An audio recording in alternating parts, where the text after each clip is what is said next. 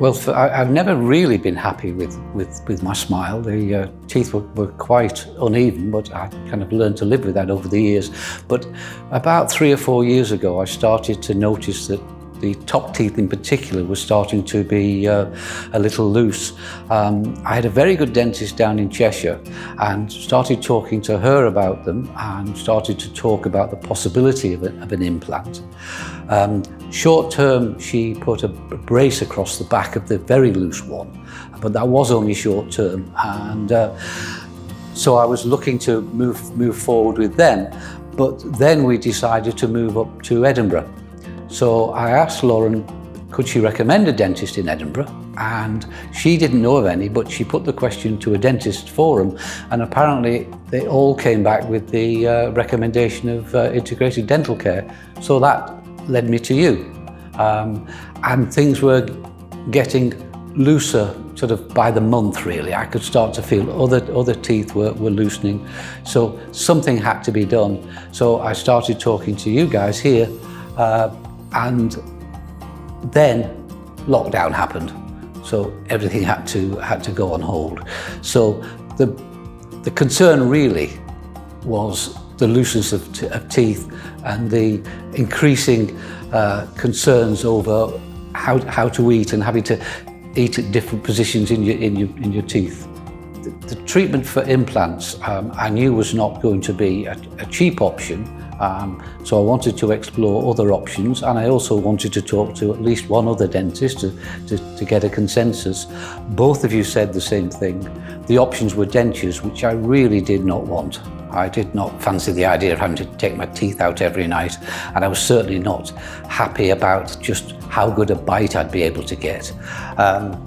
Both of you offered the option of implants, but with a prosthesis that would have to be taken out every night, and that only seemed a step forward from dentures. So I thought I was going to do something, that I ought to go the complete journey, the whole hog, so to speak, and get a complete prosthesis, because it was quite clear that more and more teeth were getting loose. I could feel them, and there was no point trying to just do one or two. I thought if I was going to do it, it'd be better done in one fell swoop. And the other dentists I talked to, they were good and competent, but I just felt a little bit more comfortable with yourselves. And so that's when I decided to come, and we started doing the work, doing the x-rays, getting the estimates. Then it turned out that my bone disease was worse than we first thought, and there was not really enough bone to do the implant straight away. But fortunately, and this is the beauty certainly of Neeraj and Integrated Dentalcare, the technology and options that you've got are really quite fantastic. So he was able to offer 2 stages to solve the problem. Right at the back, he was able to put in something called pterygoidal implants, which go right up into the jaw. So that would give me 2 decent implants. And then we did a bone graft that hopefully would build up the bone sufficiently to put other implants across the front. So that was the option that I finally went with. The pterygoidal implants to start with, the bone graft, followed by the actual implants. The experience was a long one. There was a lot to be done, as I've said. We needed the bone graft after the teeth were taken out.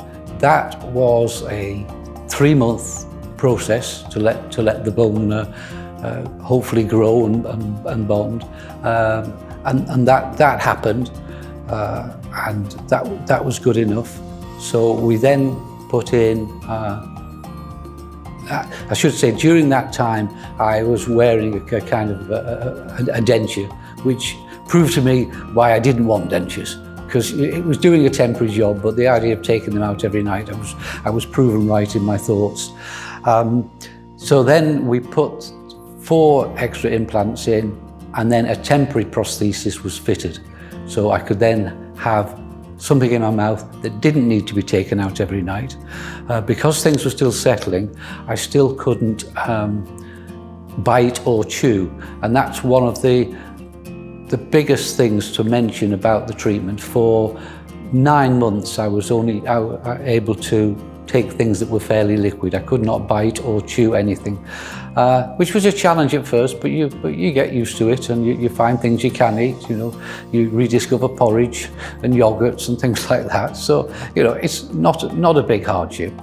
I won't say that the treatment itself was a lot of fun. It wasn't, but it doesn't last a long time. You're in the dentist chair sometimes for 2 or 3 hours or more, but you know, they look after you. You're given a few breaks. They're very concerned about how you're feeling, and it's very temporary. The moment the treatment's finished and you get out of the chair, the discomfort's gone, and you're fine. So, yeah, it was a long experience. After having the temporary prosthesis in for 3 months, we then were able to switch to the final prosthesis, which had been tailor-made, an awful lot of measurements taken, an awful lot of impressions, etc.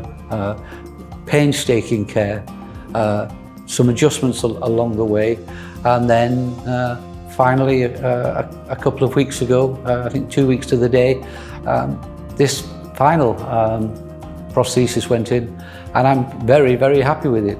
It's a joy to be able to eat again, eat things that you couldn't even before the treatment started. To be able to have steaks, to have big Scottish cooked breakfast, and little things like just being able to bite a biscuit or have some bread. It's marvellous. I'm now much more confident in terms of eating. I don't have a second thought about what I want to eat. I don't have to be concerned about what I'm eating or where to eat it in the mouth. And I'm so much happier with the smile. Looking back on photographs of me, I very rarely smile because I was always embarrassed about my smile. Now I won't be. And once the masks can finally come off, then people might be able to see me smiling. And I'm very, very happy about that. Very happy indeed.